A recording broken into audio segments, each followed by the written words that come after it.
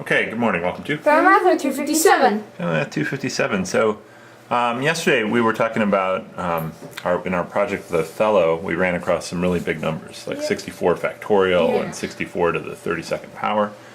And a lot of times, it's very hard to understand problems, numbers that are that big. So, one thing that people can do to help understand them is use a function called the logarithm. And remember Jordan Ellenberg's book, How Not to Be Wrong? Yeah. He talks about using the logarithm to help you understand the number of digits. And that's what I wanted to talk about today. And there's different kinds of logarithms, and we'll get to that too. So first, log base 10 is what we can use to tell the number of digits. Yep. And I wanted to show you some examples. Before I even tell you what it's doing, log base 10 of 1 factorial. What's 1 factorial? 1. Seems to be 0. Log base 10 of 2 factorial, which is 2. It seems to be 0. 0.3. I mean, it's a much longer number, but 0.3. 3, 0, 1, 0, etc. 6. By the way, how many digits does 1 factorial have? It has 1 digit. How many digits does 2 factorial have? 1 digit. 1 digit. Okay, now we're up to 3 factorial. I typed in 6, but I meant 3 factorial. Well, this It still has 1 digit. Still has 1 digit, and we get 0.77. okay 778. How about 4 factorial? How many digits does that have? It has 2 digits, so we might get something different. Okay. We get above 1. Get above 1. Well, actually, I'm starting to notice something. If you don't look at 1 factorial, you have 1. The number of digits for 2 factorial is 1. Number of digits for 3 factorial is 1.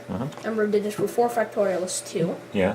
Number of digits for 5 factorial is 3. Oh, so what are you noticing? It's the Fibonacci numbers. Interesting. Wouldn't that be amazing if the Fibonacci numbers But 5. tell you the 2.07. 5. so 2.079.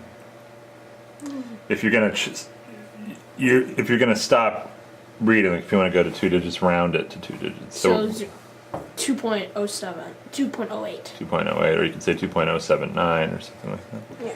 Okay. Now, so far we've gotten, ignoring 1, we've gotten 1, 1, 2, 3. But I think that pattern will break because on 6 6 factorial is 3.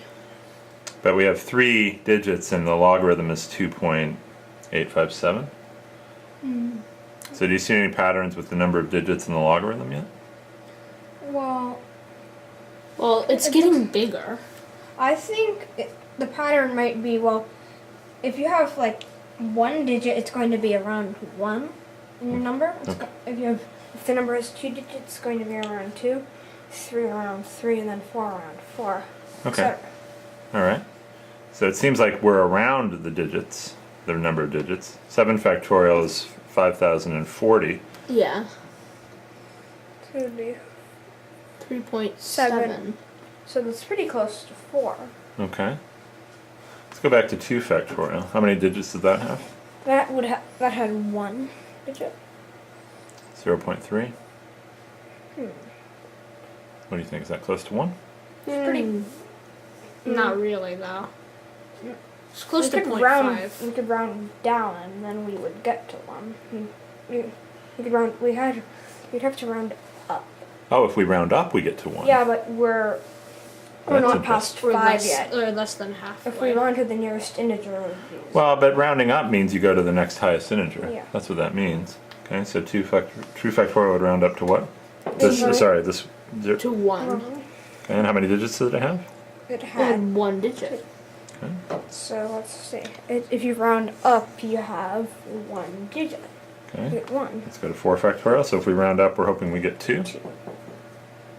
Let's see. see. We get 1. 1.38. Yeah, so we if can round up. If we round up, we get 2. Interesting. How about now 7 factorial? We said was 5,040. So Yeah. hopefully when we round up here, we get 4. And we're around 3, so we do get it. Huh, interesting. Okay. What about different base logs? Yeah, we'll actually get to that in just a second, but now that we've sort of figured out how to use this log base 10 function to find the number of digits, well, let's look at some really big numbers. Okay.